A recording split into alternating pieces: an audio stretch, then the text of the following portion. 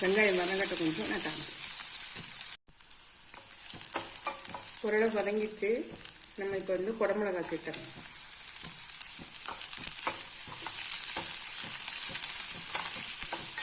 குடமிளகா வந்து கொலைய வேக விடக்கூடாது. லைட்டாக வாயில் கடிப்படுற அளவுக்கு கிரன்ச்சியாக இருக்கிற மாதிரி பார்த்துக்கணும்.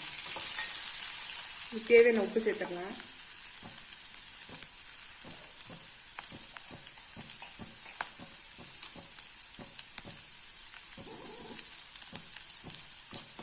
சாதத்துக்கு நான் போடலை, இப்போ இது வதங்கிறதுக்கு மட்டும் சேர்த்துருக்கேன்.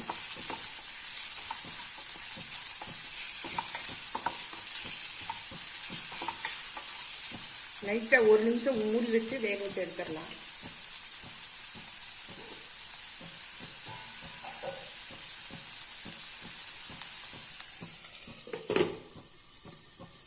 ஒரு நிமிஷம் வேகட்டும்.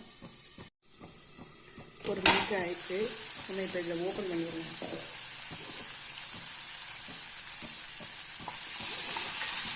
இந்த அளவு வெள்ளை போதும். நம்ம இதில் சாம்பார் பொடி இதில் சேர்த்துடலாம். சிம்லேயே வச்சு கலரி விடுங்க. வேணும்னா நீங்கள் கரம் மசாலா சேர்க்கலாம். நான் இன்றைக்கி கரம் மசாலா சேர்க்கல. எனக்கு வந்து இந்த குடமிளகா ஃப்ளேவரே சூப்பராக இருக்கும், அது ரொம்ப பிடிக்குவாங்கனால நான் வந்து கரம் மசாலா சேர்க்கலை. நீங்கள் வேணும்னா கரம் மசாலா சேர்த்துக்கலாம். அந்த ஸ்டேஜில்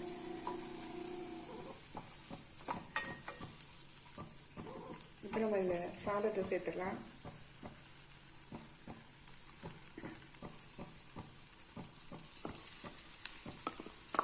சாதம் நல்லா உதிரி உதிரியாக இருந்தால் தான் நல்லாயிருக்கும்.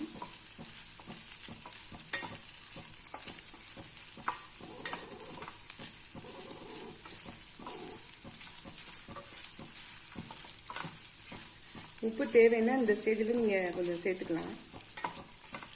இல்லை காய்க்கு உப்பு போட்டோம் பார்த்தீங்கன்னா, சாதத்துக்கு போடாதவங்க சேர்த்து போட்டுக்கோங்க.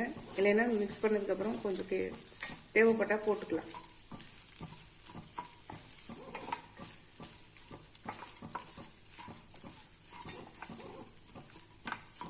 மிக்ஸ் பண்ண உடனே காமிக்கிறேன். என்னுடைய சாதம் பாருங்கள் சூப்பராக ரெடி ஆயிடுச்சு. கொத்தமல்லி தழை வேணும்னா தூவிக்கலாம். நான் இன்றைக்கி ஒன்றும் தூவலை. இப்போ இதை இறக்கிடலாம். சாம்பார் பவுடர்